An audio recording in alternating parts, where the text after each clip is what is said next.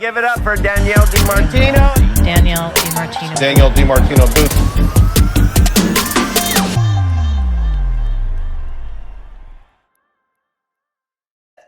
If the media gets on board with the idea that there's a recession, my greatest fear is that it could become more self-fulfilling prophecy, because so many Americans have been feeling recession for a very long time now. But if the media all of a sudden jumps on board and agrees with them, then my greatest fear is that we'll entrench too much, that there will be too much of a pulling back, because there's an underappreciation for how fragile the economy was to begin with.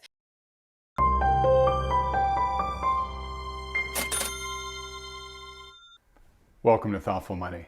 I'm its founder and your host, Adam Taggart. Last year, fears of recession faded from the headlines as the no landing narrative won out. But the disruption brought by the new Trump administration, especially around global trade, has brought recession concerns back to the forefront.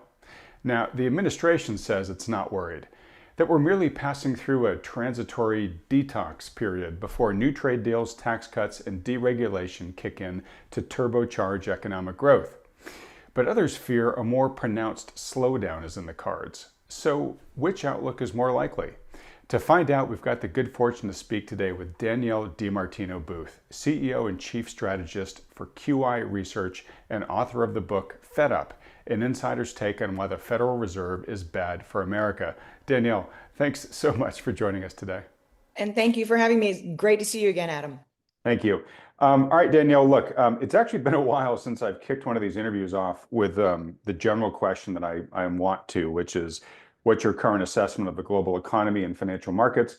Feel free to start with that if you like, but before we turn the camera on here, you brought up an interesting concept where you're sort of seeing America at kind of a hand the baton off moment, and you've got a strong sense of where the baton is being handed off from, but maybe we've got a much less clear picture on who's going to be taking that baton next. So maybe why don't we start there? So Adam, the current background, I suppose the higher the sense of uncertainty grew, the more I kind of started looking into history to try and get my bearings. Mm-hmm. And in doing so, I had an epiphany, because I started looking at waves of the stimulus measures that have helped support the mighty U.S. consumer, right? 70% of U.S. consumption, 70% of U.S. GDP, 18% of global GDP, that is the U.S. consumer. And it got me to thinking, when was the last time really nobody was looking after the U.S. consumer? And to answer that great big question, I had to go back to the era when Paul Volcker was at the Fed, which takes you quite a ways back. Okay, Nearly 30 so years. We're talking, 30, 40 years actually, right? So yeah, 87, yeah. So in the era that followed the maestro, if you will, whose PhD dissertation was on housing bubbles, which he asked to be removed from the NYU library the day he was confirmed by the US Senate to be chair of the Fed. There are ironies in this world, and then there are ironies. But a lot of the work that he had done on housing earlier on in his career was based on something called mortgage equity withdrawal. And in the years that followed Greenspan's coming to office, mortgage equity withdrawal came to be 9–10% of disposable personal income. So a big number, a huge support for personal consumption expenditures. And so we know that fell off in the aftermath of the first housing bubble bursting. But if you look at borrowing in America, something actually replaced it. And so by the time you got from kind of 2006 up until 2018, when it peaked, student loan borrowing grew to be 9% of disposable personal income. Wow, that's a big number. And so it peaked out as a percentage and has been falling off in the years that have followed, leaving in its wake $1.77 trillion in debt. So what followed that? Well, that was the pandemic baton handoff. And so, well, what did that look like? Well, that looked like the FHA becoming everybody's mortgage lender. Right now, they've got an average debt to income ratio of 64%, more than double what it was when this adventure began. And in addition to that, $15 trillion of federal spending, along with people taking out mortgages for the first time, people taking out car loans for the first time, people not having to pay their student loans for 5 whole years, and people piling on credit card debt and other personal loans and buy now, pay later, which we think will be about $250 billion by the end of this year. You start throwing around hundreds of billions and trillions of dollars, and at some point you're talking about real money. But what now? And I have asked the smartest people I know, but what now? Right now, we're contemplating the avoidance of a negative income shock. So we're trying to avoid a negative income shock by way of extending tax cuts that were enacted in 2017. So we're trying to avoid corporate America getting hit with a negative income shock. Well, okay, Adam, that's not a supplementary marginal form of stimulus. Nope, that's not it. We're looking at a negative income shock because Linda McMahon has told us to expect one.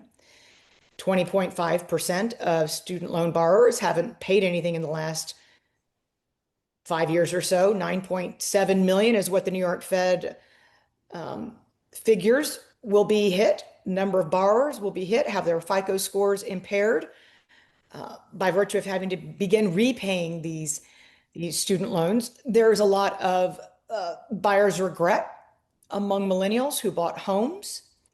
A lot of them are trying to list their homes for sale. The Airbnb bubble is bursting as we speak. A lot of those Airbnb jocks are trying to get out from underneath their mortgages. Redfin just reported that second home sales have declined to the lowest on record. Something tells me that grandma and grandpa are going to start looking hard at their stock holdings. They're going to start looking hard at all that residential real estate they're sitting on. Individuals the ages of 70 and older in the United States, the median age of a baby boomer, own 40% of the US stock market. They own 25% of residential real estate. And the only thing working in their benefit is Jerome Powell. And the fact that Jerome Powell has only taken away 100 basis points of their interest income that they've grown to rely on as much as they have.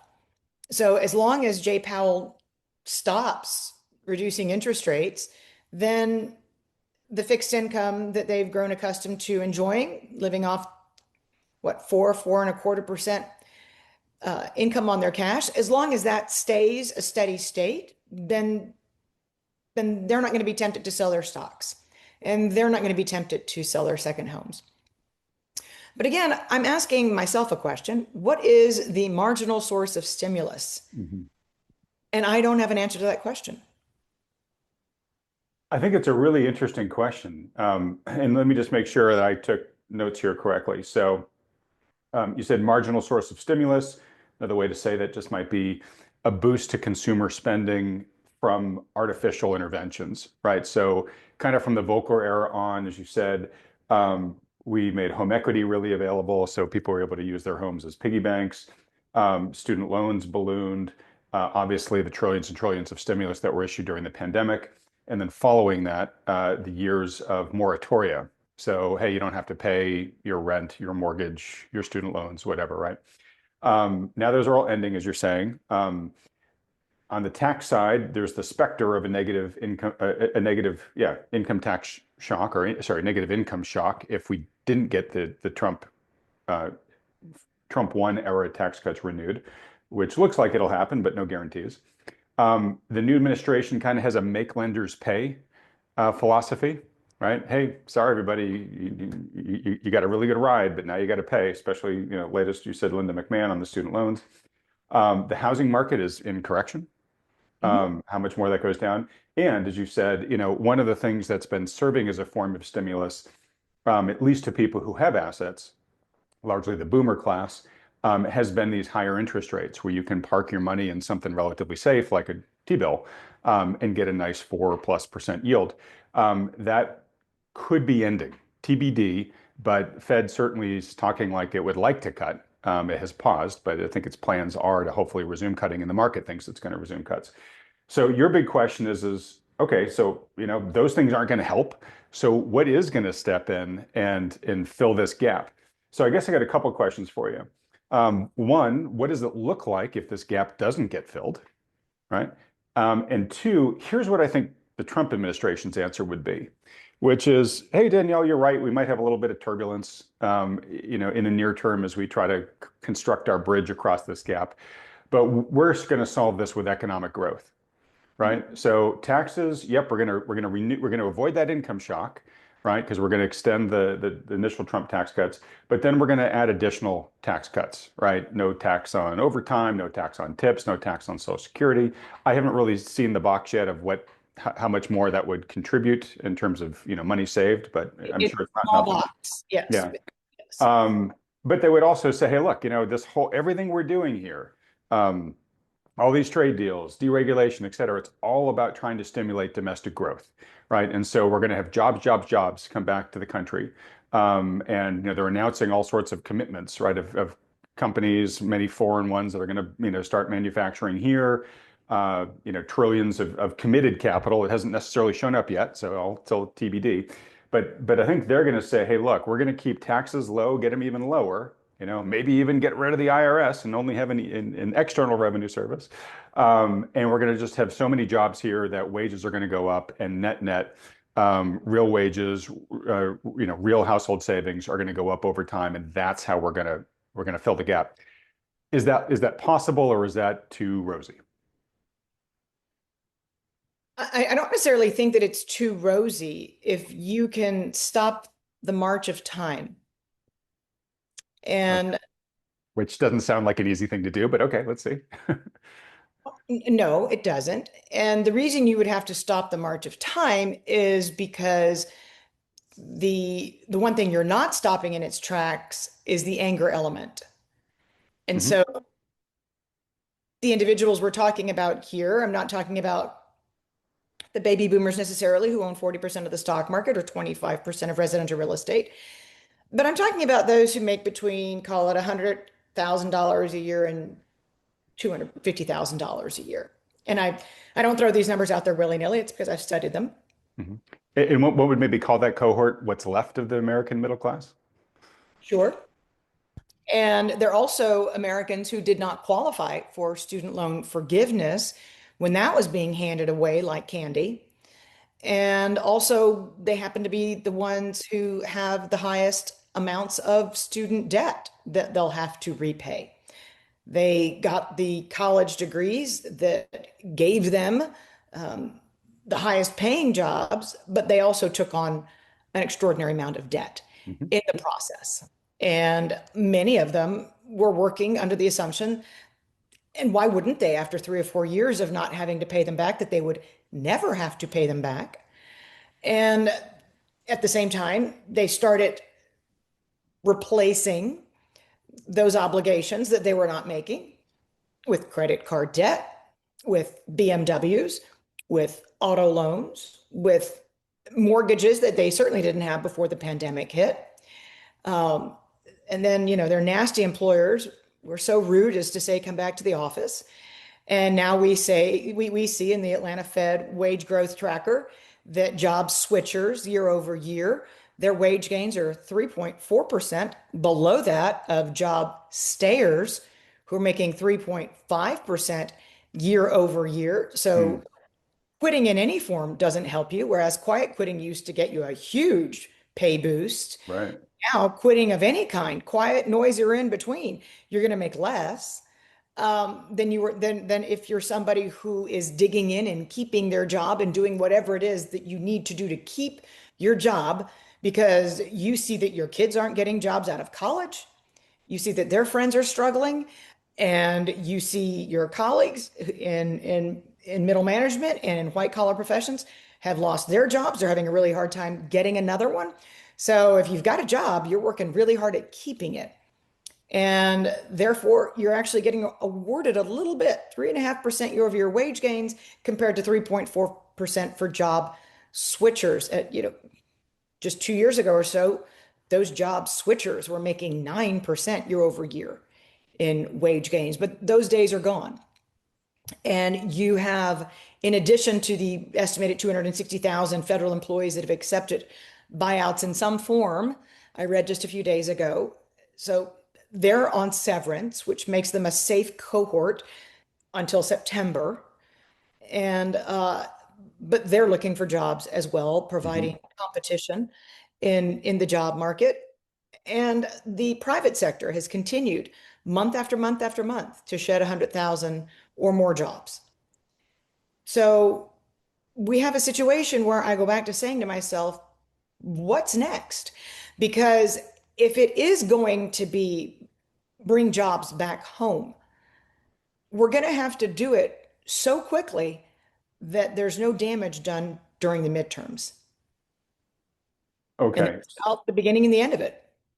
All right. So I can totally see if that cohort of the population is becoming victim of a worsening jobs market, right? Rising unemployment rate heading into the midterms. That's bad for the current administration, right? That doesn't necessarily need to correlate also to having a recession at that point in time, but I'm curious, reading the tea leaves now, and I know that you've said in some of the past times that I've interviewed you, you highly suspect that important parts of the economy have already sort of been in recession. But given your current market outlook, do you see the odds as more likely that the U.S. in fact enters visibly a recession, where it's not something that wonky people like us are kind of debating, but it's sort of the average person is like, yeah, this is a recession. Like, what odds do you peg for that between now and the midterms? Well, so the disparity between the soft survey data and the hard data is the widest on record.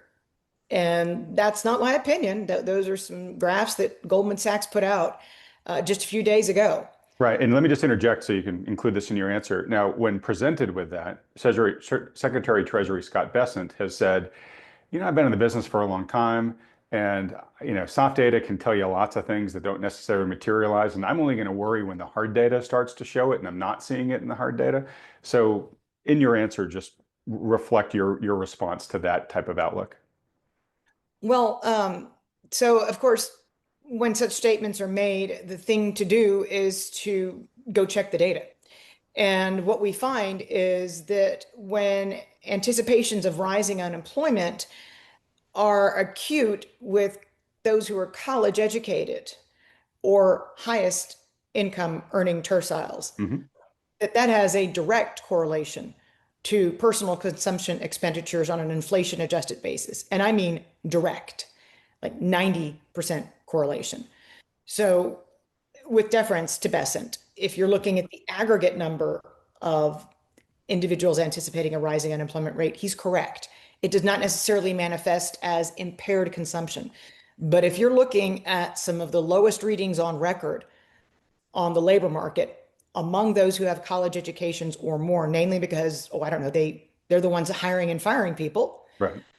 They tend to be a little bit closer to what's actually going to happen in payrolls, then their perceptions of the job market are very real and tangibly associated with personal consumption expenditures. Okay, good point. So you don't have to have necessarily a college degree to run a business, but the closer you get to the C-suite, the more business, and become a business owner. A lot of those people tend to be more educated. So when that echelon of the business community starts getting worried, it does correlate with future behavior change. It does.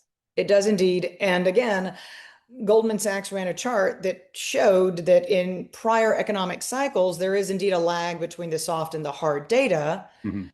But in the current situation, the disconnect between the two, it's nothing like anybody's ever seen. And that it is wonky, it is boring, But it's also relevant. It's relevant that in the second and third quarters of 2024, and when you add the regular monthly revisions that we've seen from the BLS, that in the year end at March 31, there were 41% fewer jobs created than what had been reported. That's a big number with only half the data in hand, right? We're talking about a year that ended just a few weeks ago, March 31, 2025. In a year that ended March 31, 2025, there were 41% fewer jobs created than what was originally announced, and we still are missing the fourth quarter of 24 and the first quarter of 25. And by the way, the lag time with getting that data is going to be further impaired because the Trump administration has reduced the budget for the Bureau of Labor Statistics. So now we won't find out until June 4th what that fourth quarter of 2024 looked like, and until I believe September the 5th, what that first quarter of 2025 looks like. But just based on downward momentum, if we've already lost 41% of what we thought we'd created, there's a very good probability that nothing is left by the time we get to that final revision. And that does matter because the layoffs have continued, and this was the starting off point for the layoffs on the federal side. Okay. So if I can, let me try to peel back some of the layers here. So let's go back to last October. Okay. You could make, I think, pretty much the same argument of here were the, from the Volcker era, here are the things that have been goosing the economy artificially, right?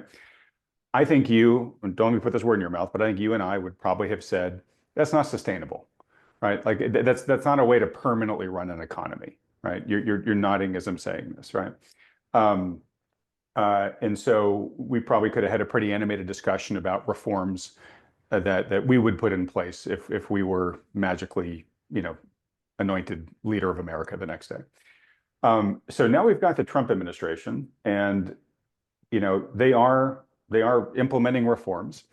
So I guess my question for you is how much of your current concern about what may be happening, in the next 12 months from here is from the sins of the past versus the disruption of the present?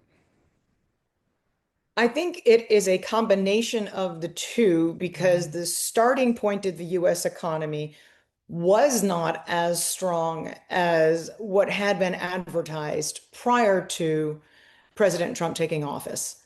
And therefore, it kind of parallels to the second half of 1980, when the United States had just gone through a very quick period of downturn and then come out of it. And Reagan gets to office, 1981. Jimmy Carter had seen an explosive growth in his 4 years in office of the federal workforce. Ronald Reagan comes in with his own, it wasn't Elon Musk's chainsaw, maybe it was Reagan's machete, but he took a machete to the federal workforce, and all of a sudden, boom, from a weak base, those federal layoffs ended up causing the double dip recession of 1981, which prior to the Great Recession of 07 to 09 was called the Great Recession. So I think that that's where I'm headed with this. It's that the economy was in a very fragile state, one that was unadvertised when Trump came.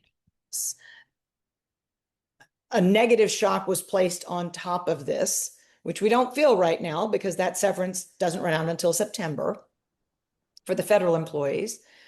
But on top of that, we've seen the private sector withstand a shock of its own with there are tariffs, there won't be tariffs, there will be another 90-day reprieve, there won't be.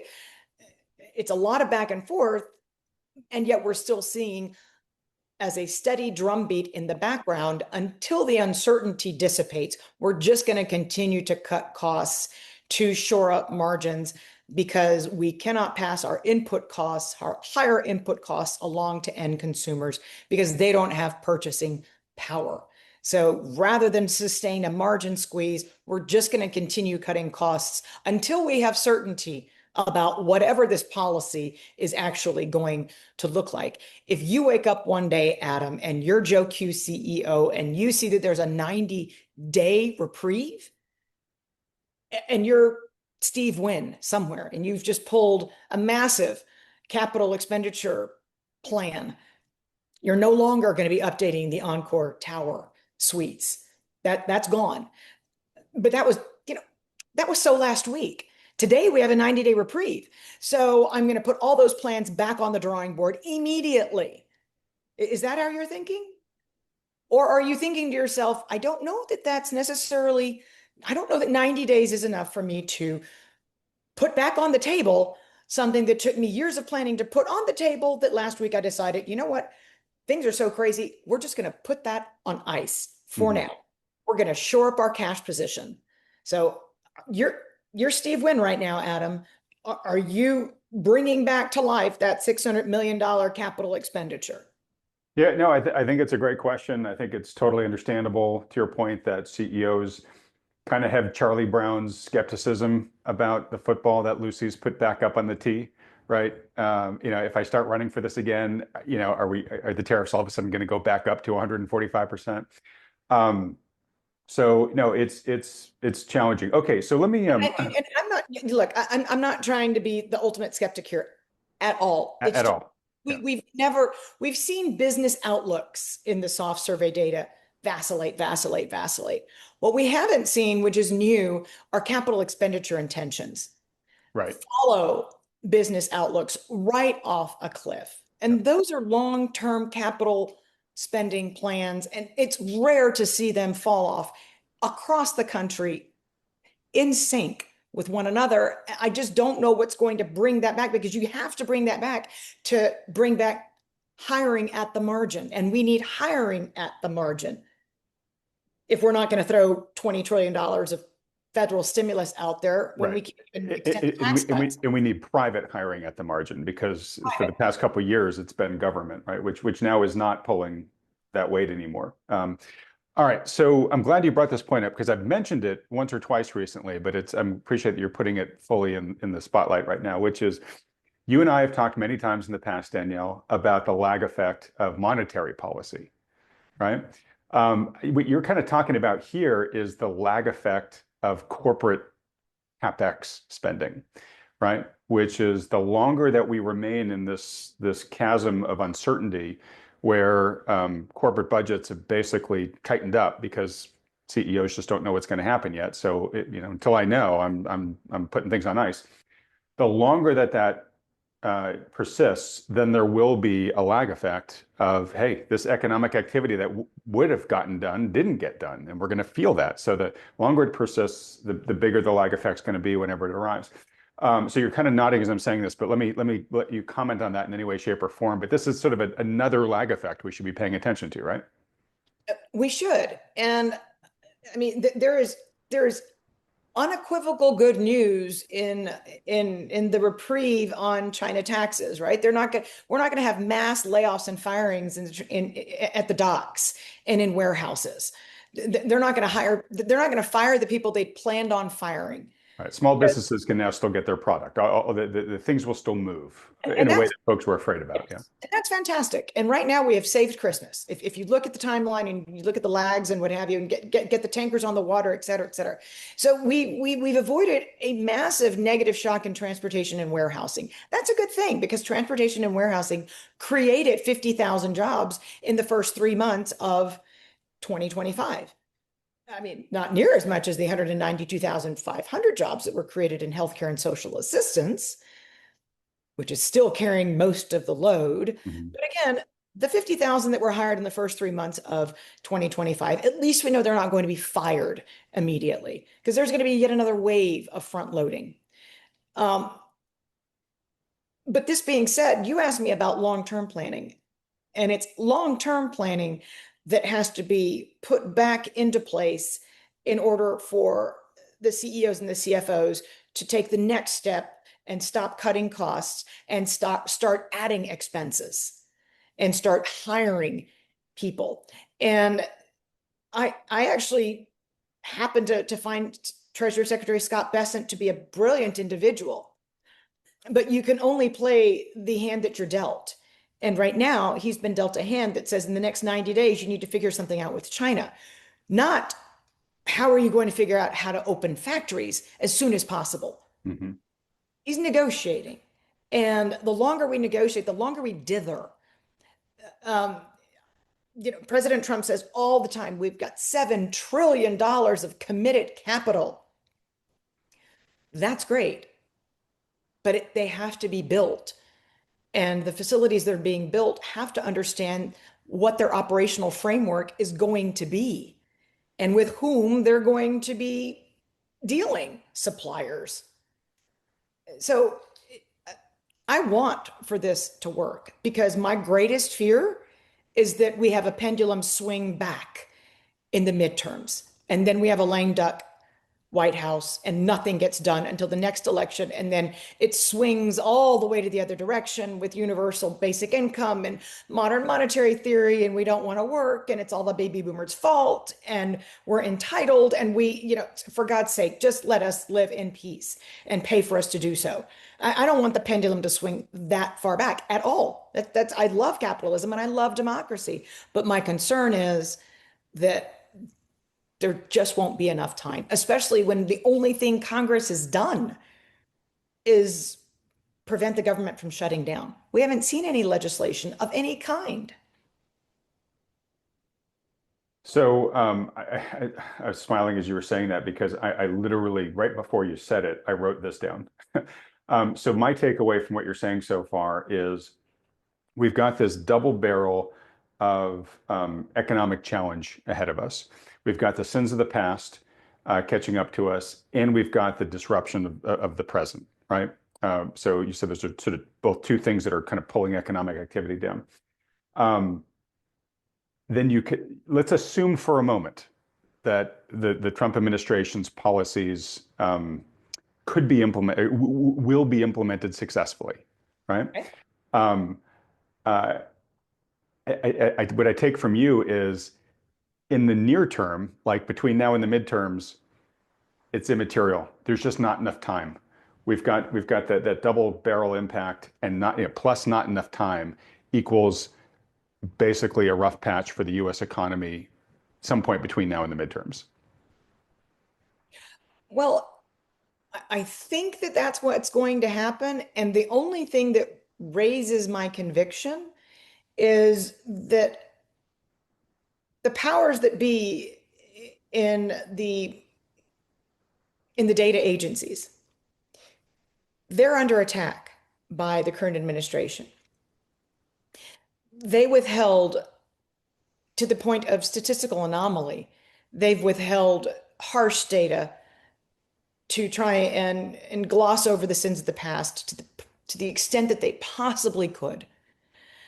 And the more the negativity continues to be withheld, the more they're going to keep the Fed on pause. And the greater the chances that the Fed's going to be too high for too long, and the greater the risk, in my mind at least, because I don't see statisticians waking up the day after the election and saying, okay, we've got a new guy in the White House, let's support him too, even though we're going to be under attack. So if you're shrewd and you're running one of these statistical agencies, and I've actually had a change of thinking about this, you don't just wait until it's no longer data with Joe Biden's name attached to it. You actually keep the Fed on ice for as long as you can. And then you get as close to the midterms as you possibly can to carpet bombing this man. Let it all loose. Just let it all out. The Fed will be like, oh, for the love of Mary, and we got to rush in with big rate. By then it will be too late. And that's my greater concern right now.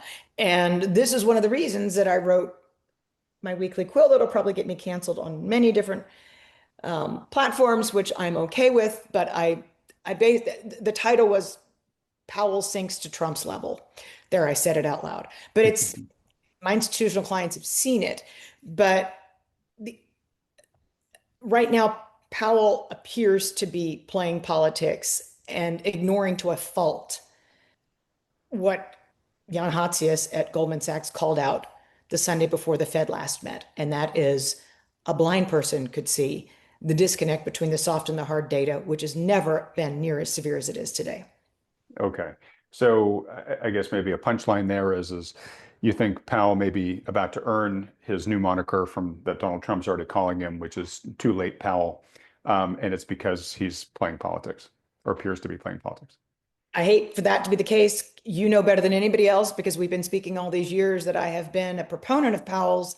But there is no way in hell, given what so many Americans are going through, that he should have sat up there at the podium and said that the labor market is strong or the labor market is solid. That is just at some point it just becomes mean-spirited.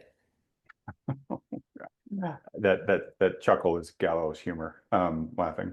All right, so I do want to ask you some questions about the Fed, and you just opened a really interesting door that I want to ask you about in terms of your thoughts on Powell's successor when we get to that stage, but that's not for another year.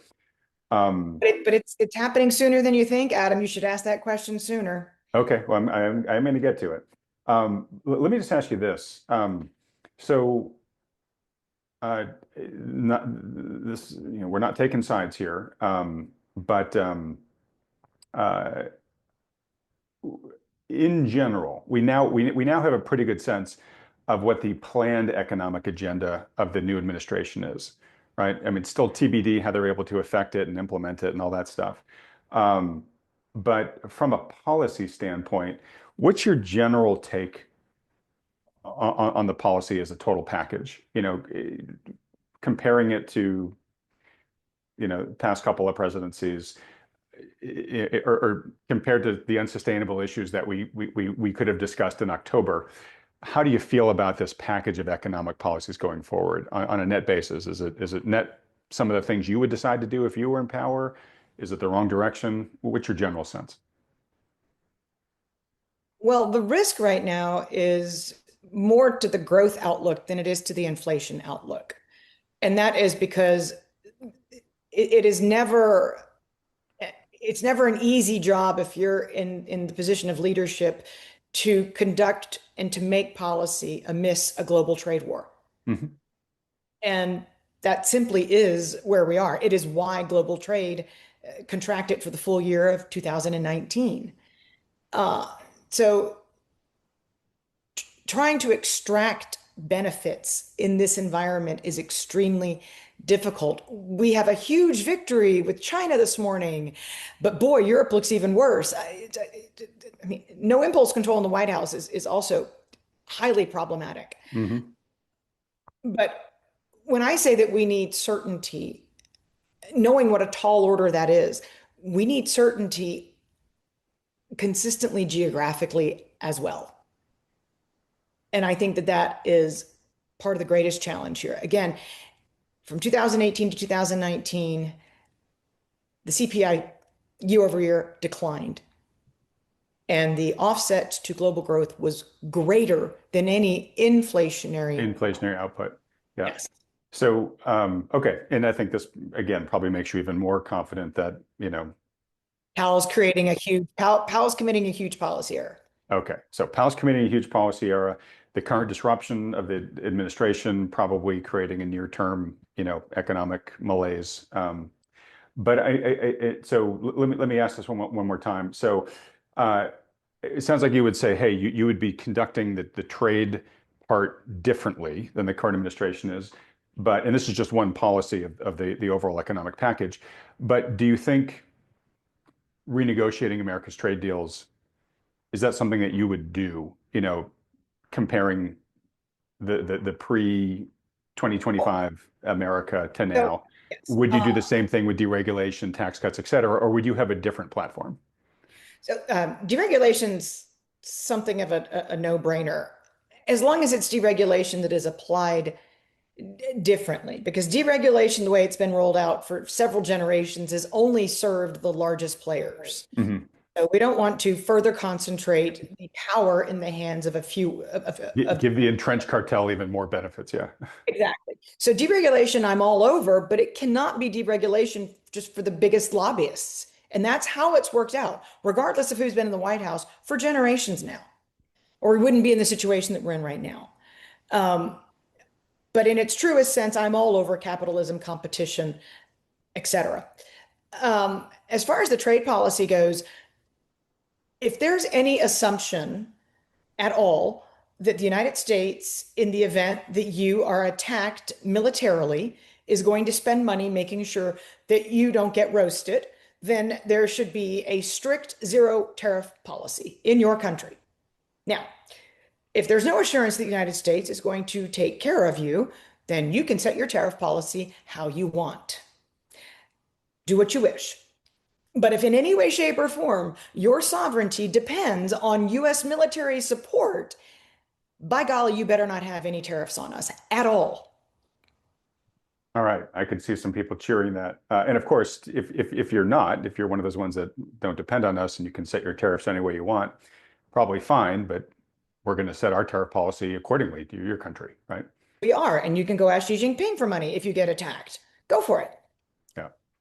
Okay. All right. So I'm going to take that and correct me if you want to, but that you're generally more on board with the current the current administration's economic policies than say the past several administrations minus Trump 1.0, because he's trying to sort of continue that here.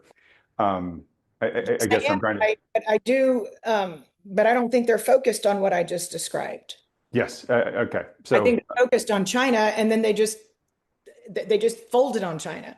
So again, I don't understand what's going on, but shoring up our allies first and foremost while keeping punitive tariffs on China, that would have been my blueprint. We're not going that direction. We're not. Yeah. And I'm probably doing an unsuccessful job of trying to separate the goal of the policy versus the approach that's being taken. Right. Yes. Okay. So, given that we know what the policies are, Trump is, well, let me put it this way, he's making Powell out to be a villain here. I think you think maybe, there's some valid criticism for that. But it sounds like, and you correct me if I'm wrong, it may be useful for Trump here to kind of have a villain to take some of the blame here in the near term, right? So that if we do indeed get in this rough patch, Trump can be saying, look, I've been telling this guy to cut, for quarters now, and he's been ignoring me. And if you're angry at what's going on, hey, look at this guy instead, right? So there's some advantage.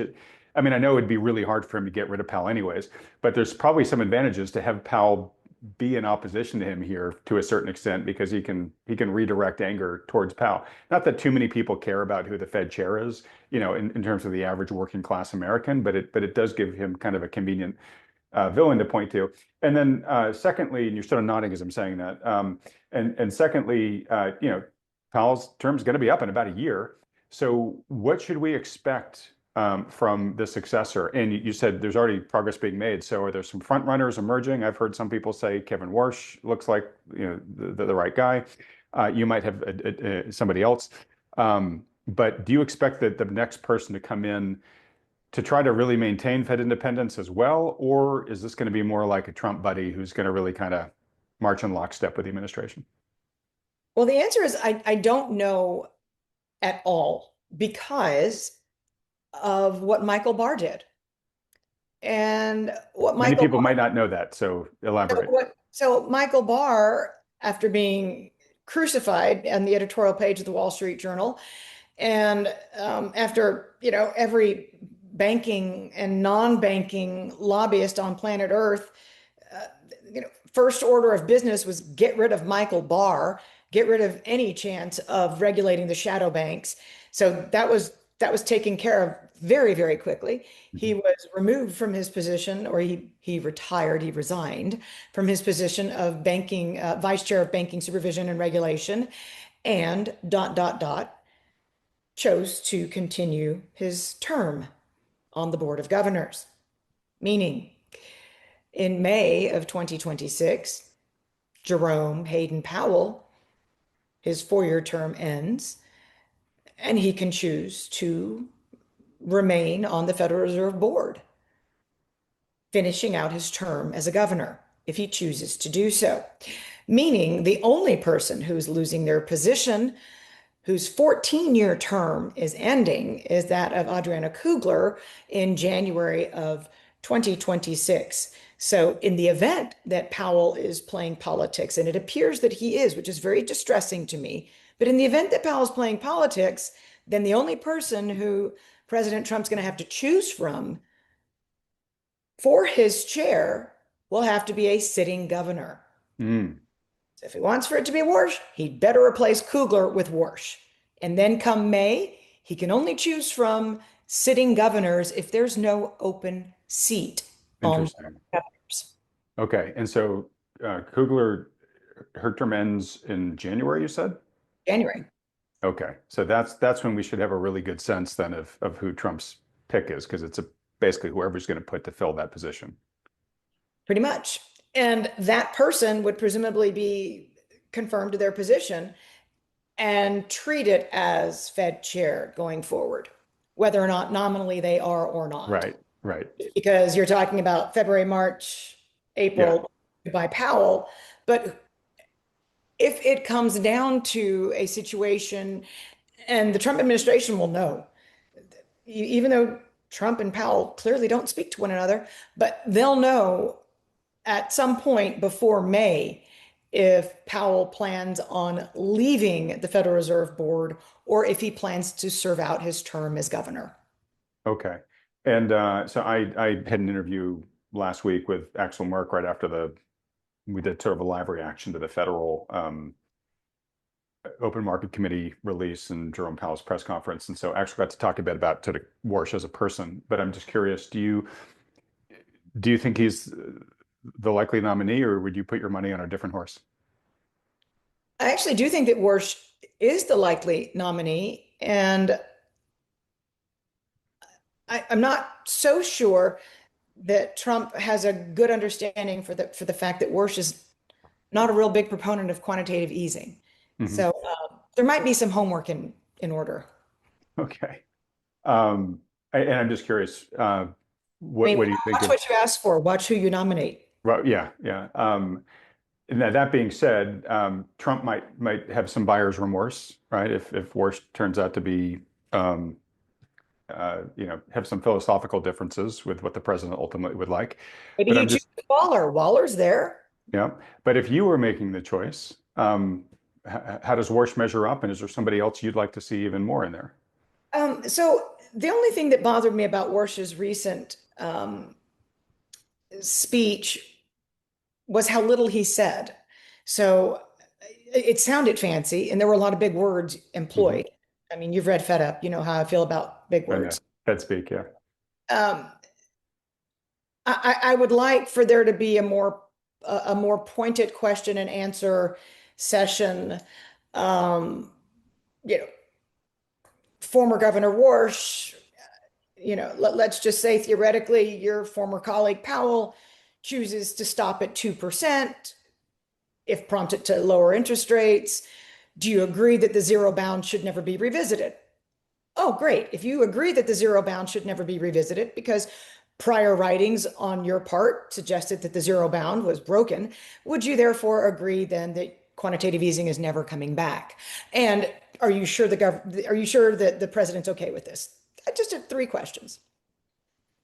Okay. All right. Well, we got some time between now and then, so we'll see if he gets up to the mic again, and if he does, we'll see what he has to say.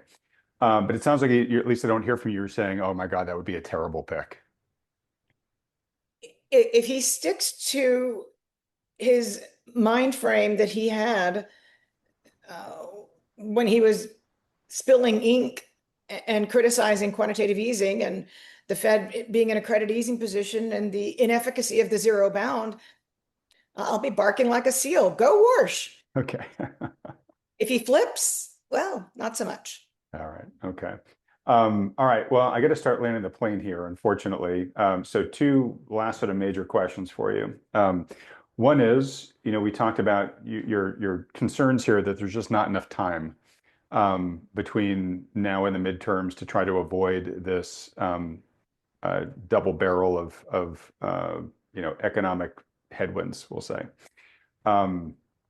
So if indeed that means the economy is slowing and danger of it tipping into recession, from what you can see so far, how bad of a downturn do you expect? And just describe it in sort of the everyday man's lived experience. Is this you mentioned that we're already kind of at 100,000 layoffs a month, but I mean, do we really start seeing huge net job losses? What does the unemployment rate spike to? Is it going to feel, like one of the bad recessions we had in the early 90s or the 80s or whatever? So it's a really difficult question to answer because the media and the nation's statisticians have kind of been gaslighting the American public for as long as they have. Yeah. But what we do know, however, is that the slightest hiccup in the stock market was sufficient to have people starting to cancel transactions to purchase homes.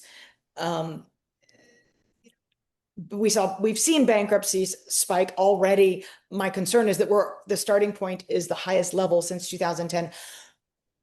If the media gets on board with the idea that there's a recession, my greatest fear is that it could become more self-fulfilling prophecy, because so many Americans have been feeling recession for a very long time now. But if the media all of a sudden jumps on board and agrees with them, then my greatest fear is that we'll entrench too much, that there will be too much of a pulling back, because there's an underappreciation for how fragile the economy was to begin with. And again, that's because the media has been lying to the public for as long as it has. And I don't say that lightly, but that's been the case. So we get this sort of, self-fulfilling vicious cycle if the media really stokes. And that is my concern. That is my concern. And again, the other one would be that of demographics. So again, if the media begins to make a big kerfuffle, big, huge deal, it's the Trump recession, blah, blah, blah. If you could set off a daisy chain of events that then was to bring the baby boomers and the 40% of the stock market that they own into play here, where you could end up having kind of an adverse feedback loop feed off of itself based on the scare tactics that are running around in the media, making people even more restrained in their spending than they would be otherwise, sell more of their stock portfolio than they would otherwise. Okay. All right. I'm gonna try to see if I can squeeze in one question related to that at the very end here. But just to make sure I ask this question. So given that outlook, we're here now in May 2025. What's your general outlook for the financial markets? I'm presuming, you're probably not saying, hey, your probably general outlook isn't super rosy looking at a nation that's potentially going into recession. I don't hear you say, but we're heading into it tomorrow, so sell everything today. But what for the next quarter or two, what do you see for the markets, and what type of strategy do you think will best serve today's regular investors? Well, I think for you to say, oh, gee, look, the riskiest stocks are back in vogue in just the last few weeks, and therefore I shouldn't be defensively postured. No, I don't think that's the case.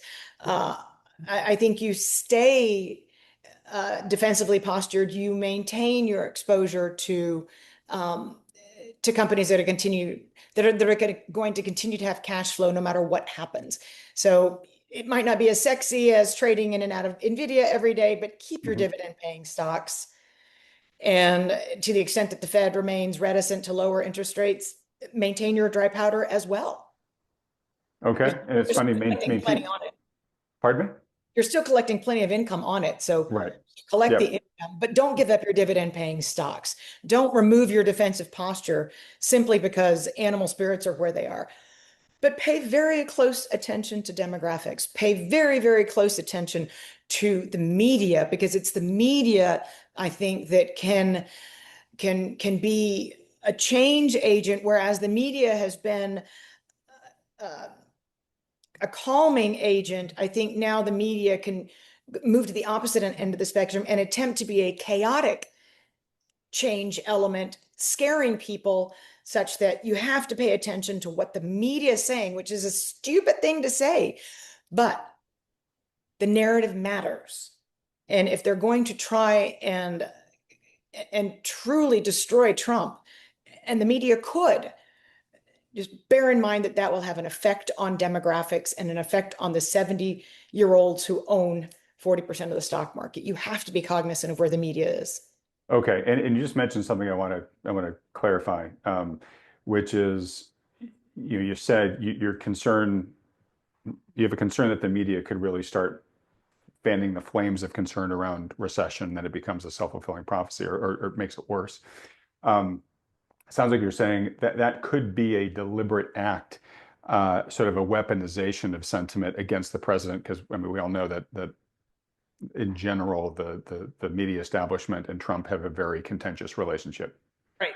And they could use that contentious relationship and the fact that there is no love lost and use the headlines as weapons. Okay. All right. All right. Well, look, Danielle, it's fantastic as usual. I'm going to try to squeeze in this last question, and then we'll get to let people know where they can follow you and your work. So you talked about the importance of demographics, right? You and I are great fans of the great Lacey Hunt, who always says demographics is destiny, or demographics are destiny. So I've asked this question of another mutual friend of ours around the housing market, and that's Ivy Zellman. But writ large for the economy, demographically, we know we have a wave of aging boomers, right?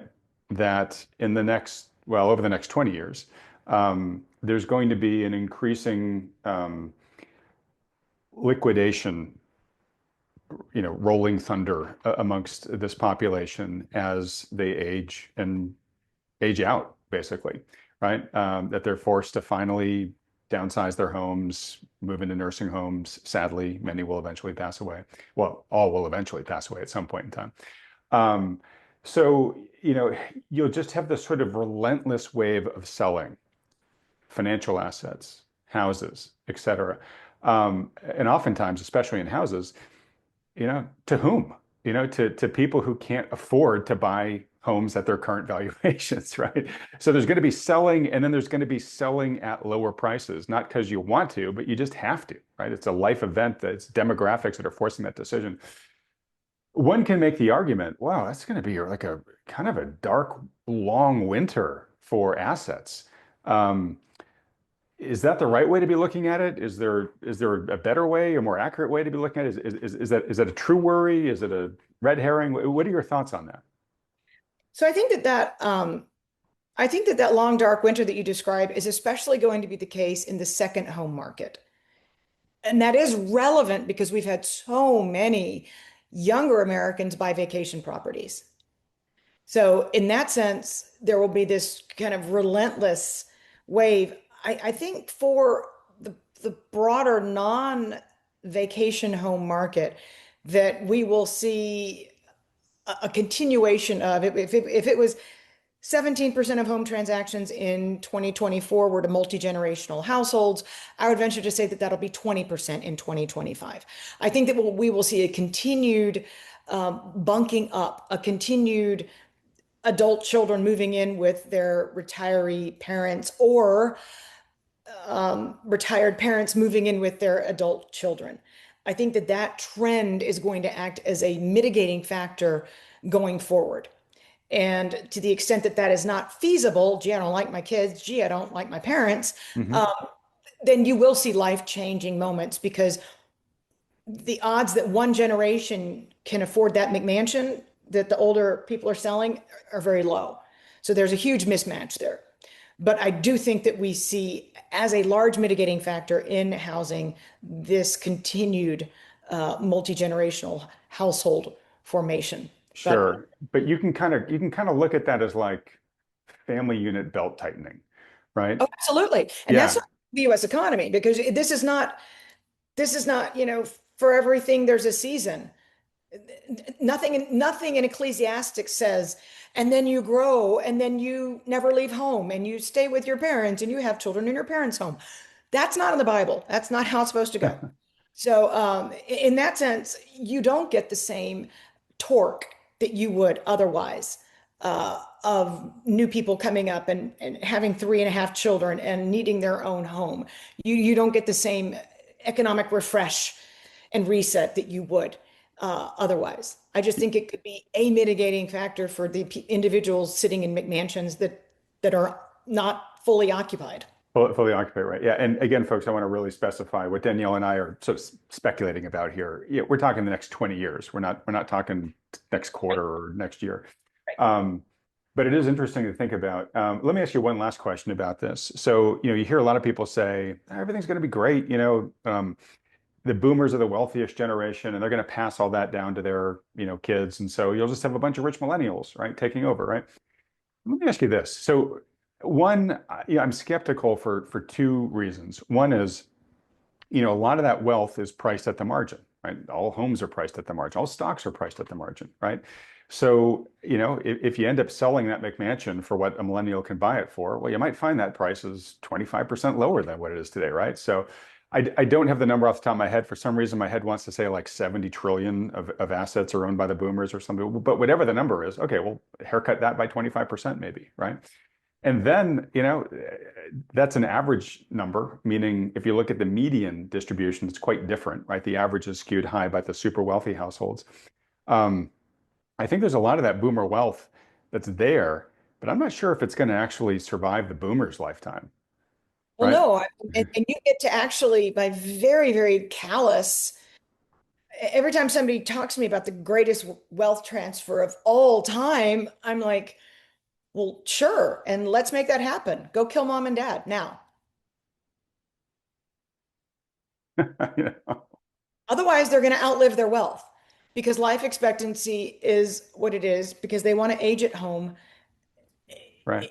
Well, and the cost of life expectancy is a Is lot enormous. more than what it used to be in previous generations, right? I mean, almost the system is designed to kind of bleed you of every dollar you have in your last years of life.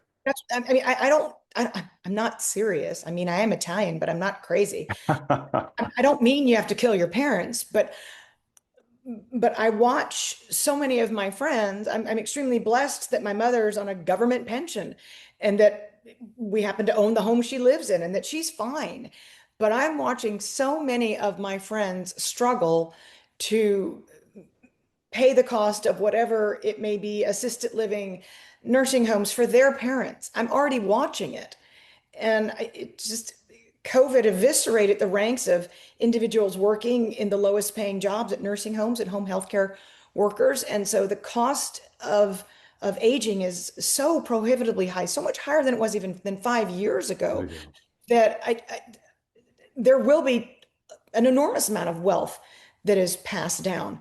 But it's not going to be the case if under the current healthcare construct. Okay. So, and first off, I'm glad to hear about your mother. My mother passed away a couple of years ago, as I think my viewers, longtime viewers know.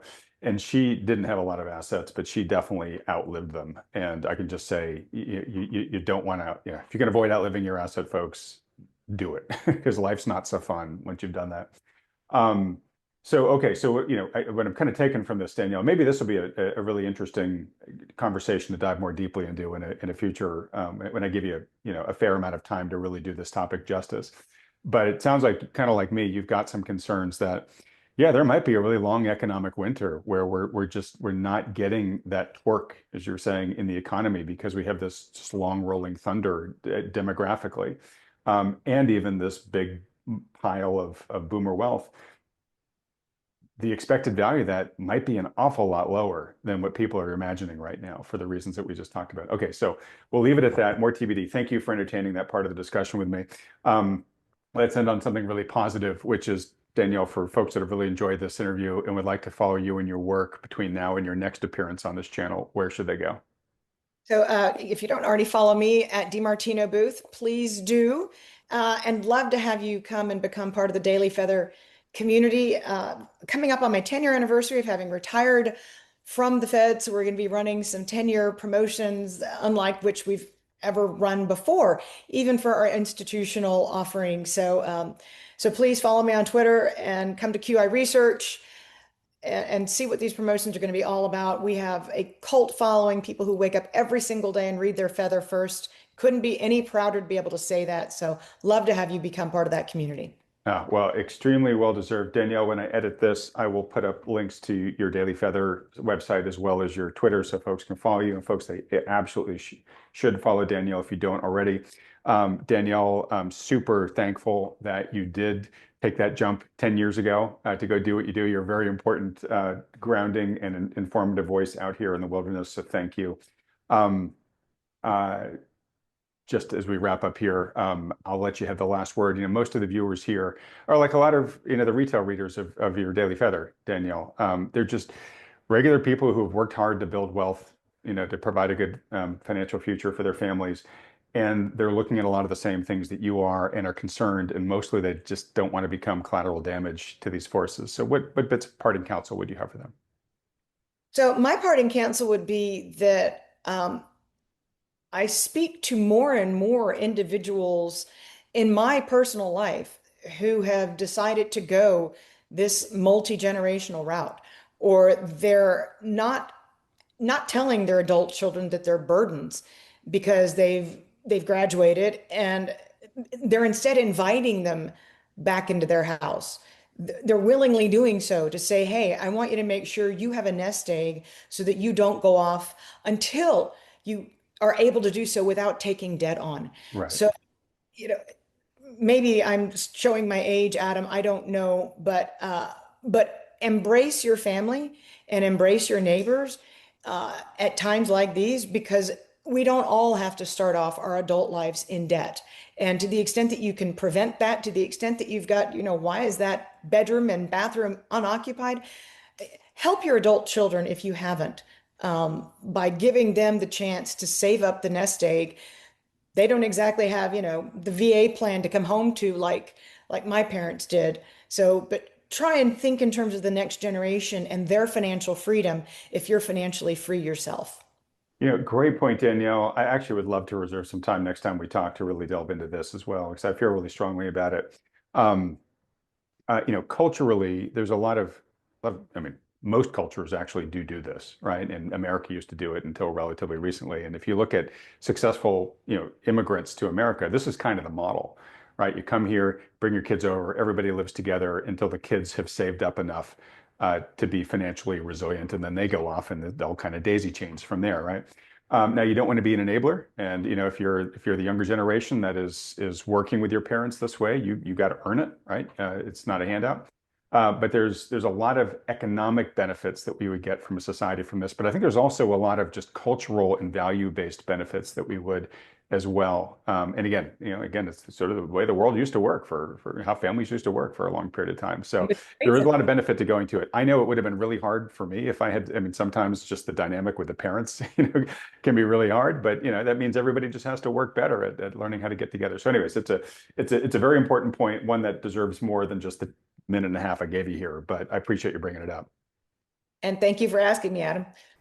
All right, so in wrapping up here, folks, please let Danielle know how much you appreciate her coming on and sharing her outlook with us by hitting the like button and then clicking on the subscribe button below, as well as that little bell icon right next to it. Also, if her outlook for the markets here have gotten you a bit concerned about how your financial portfolio might be positioned and maybe more vulnerable than you'd like to this potential rocky road that she sees ahead, highly recommend most people watching this video seek the counsel of a good professional financial advisor, one that can not just put together a plan for helping you navigate the potentiality of that type of future, but also can help execute it for you. If you've already got a good financial advisor who's meeting those needs, great, stick with them.